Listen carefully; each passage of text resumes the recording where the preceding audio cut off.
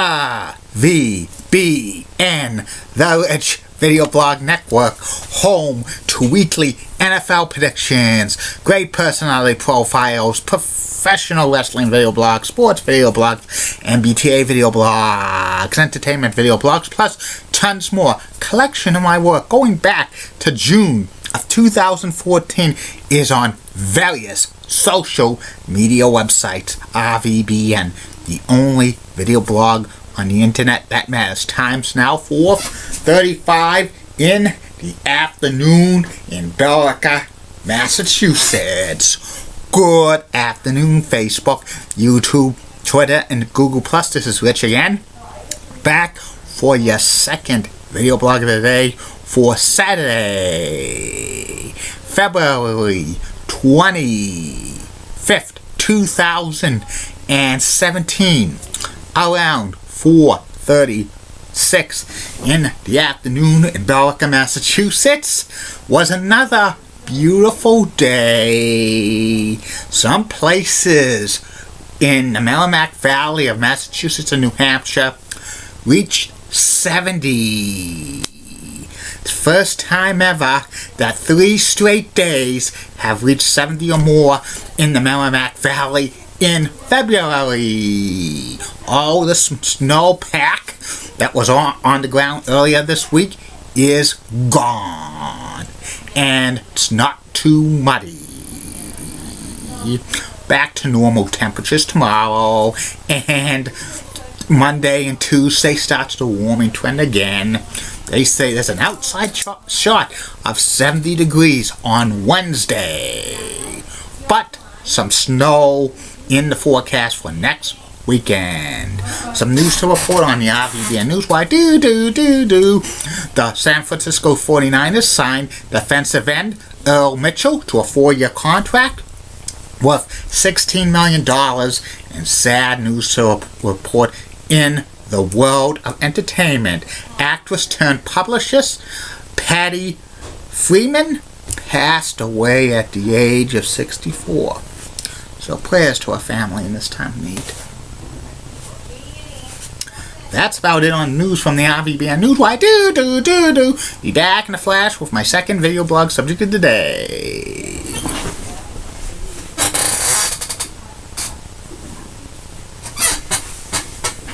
I'm back. My second video blog subject of the day is about one of the most famous professional wrestling feuds of all time.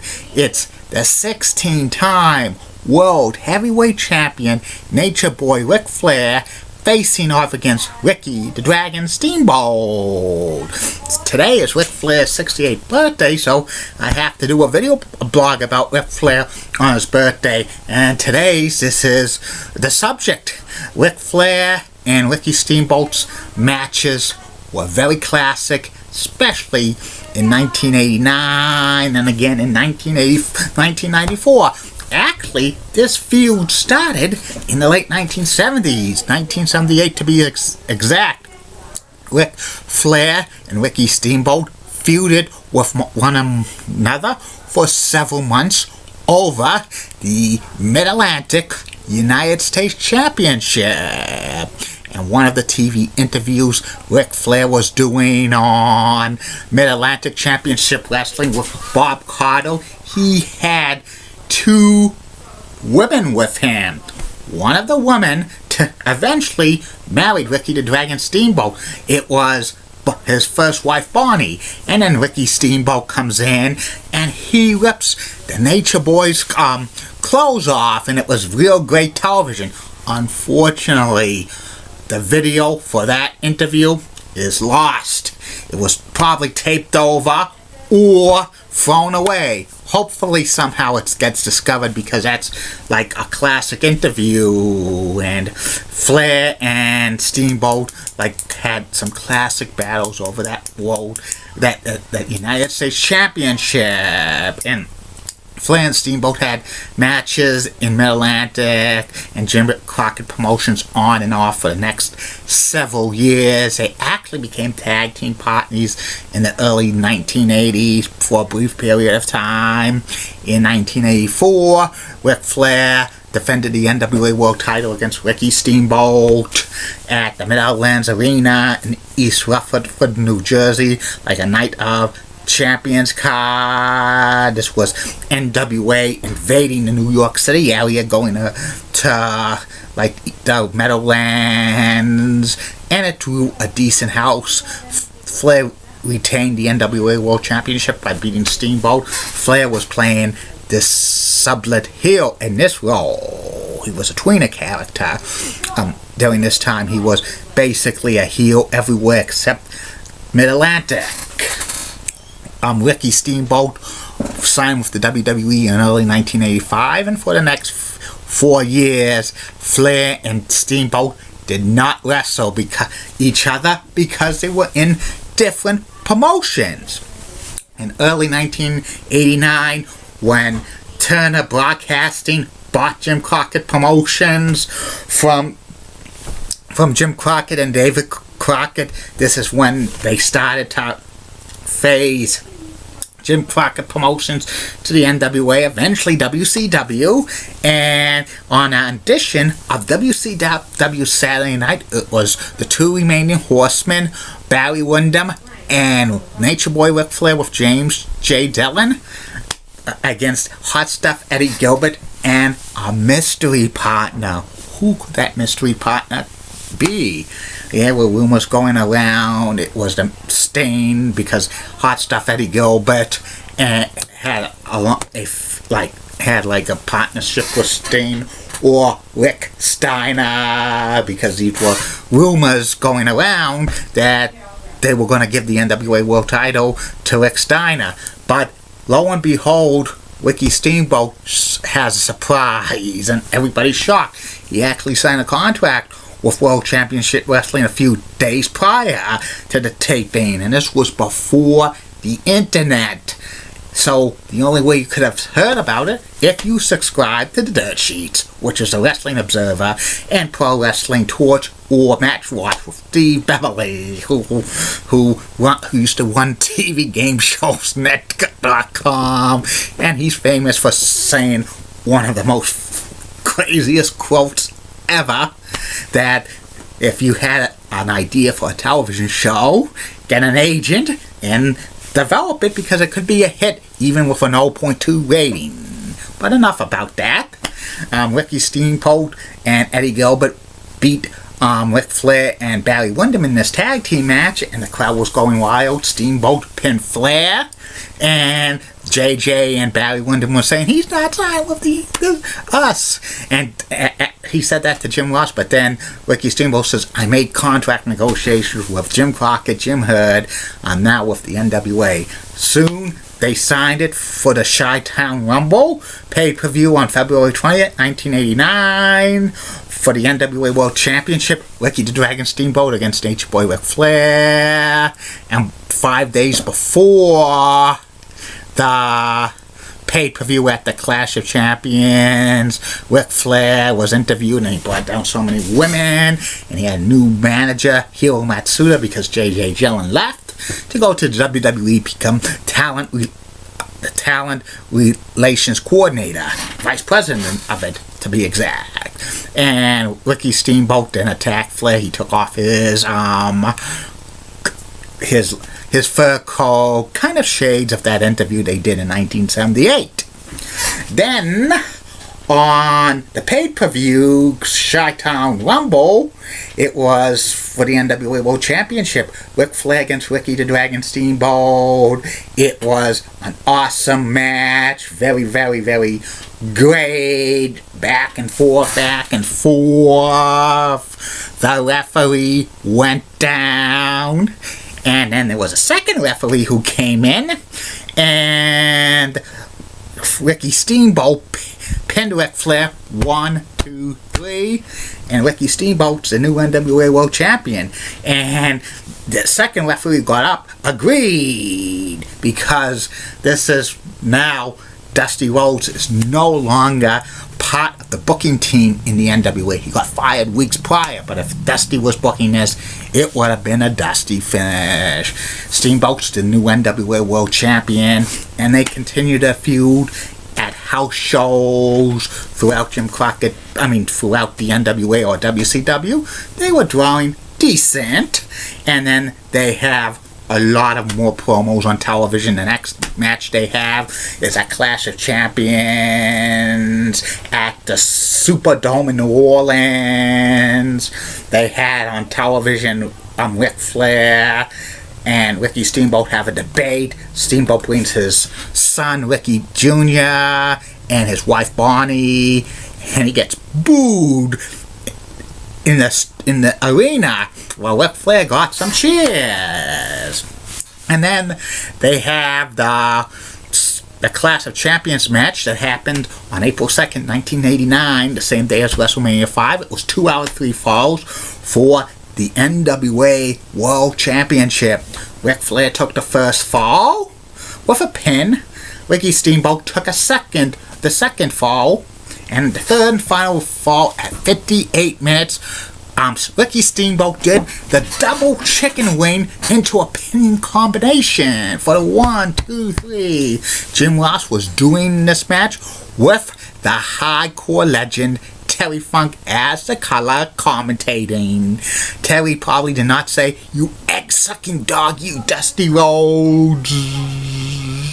And the attendance at that Clash of Champions at the New Orleans Superdome, only 5,000. That's something could fit over 68,000 for wrestling. WrestleMania 30 was held at the Superdome, and it sold out the building. And this match was probably 10 times better than anything on WrestleMania 30.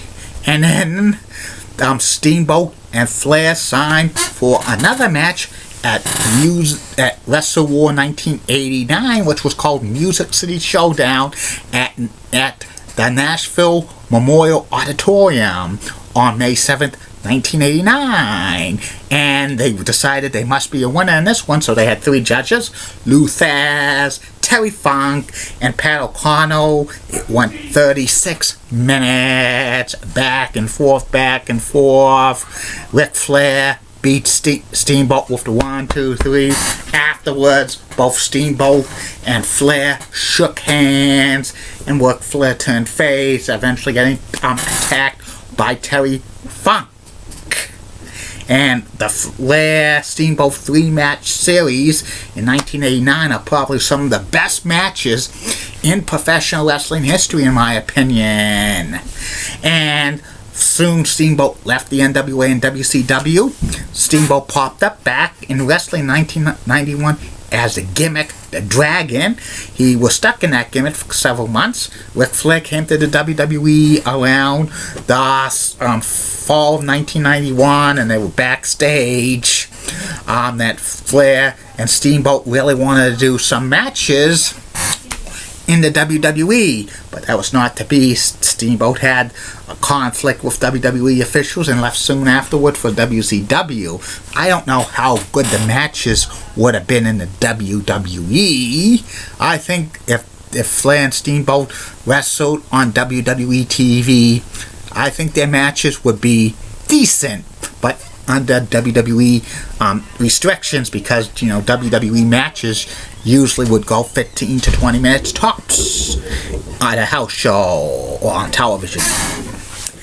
And Flair became like 2-time WWE champion. Steamboat went back to WCW, winning the tag team titles on a couple of occasions, the television title on a couple of occasions.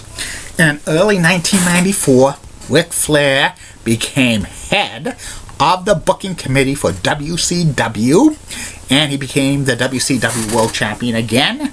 And he decided he wanted to wrestle Ricky Steamboat again to see if they could have another series of matches like they did 5 years earlier in 1989.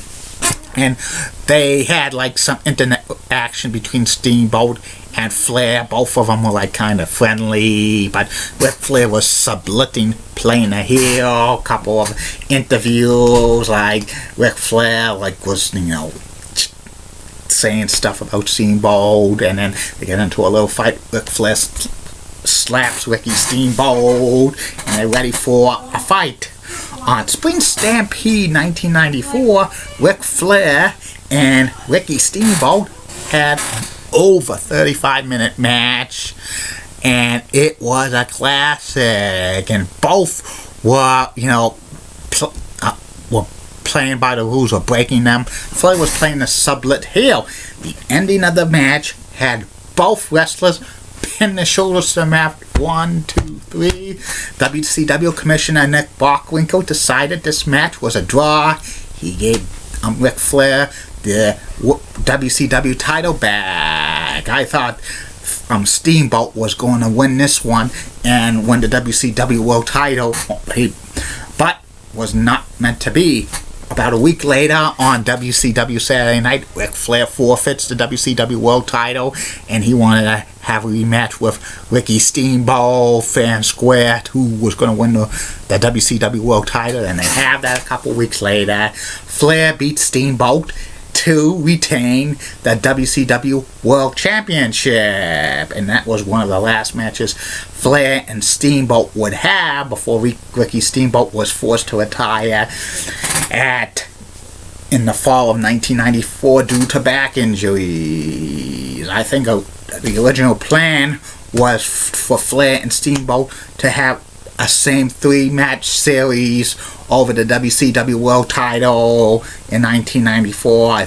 I heard something that Flair was going to, the draw was going to be the first victory for Flair. Then Steamboat was supposed to win the WCW World title, and then the third and final match Flair was going to win it, but that never happened because Hulk Hogan came to WCW, and when he came, those plans were thrown out the window.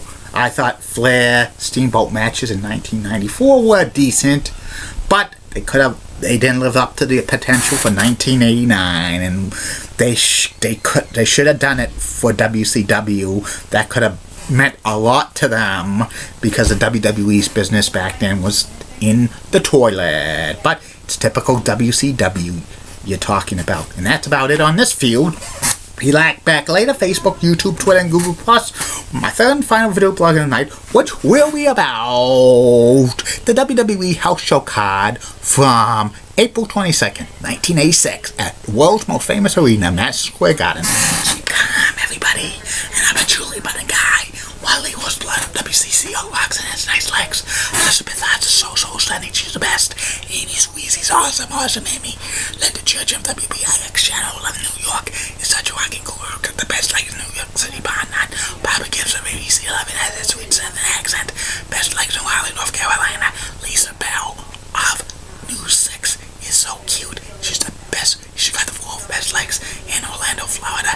And in the words of Dickie Ackroyd, Jr., Director, Boys and Girls Club, Great Power, got the more the merrier.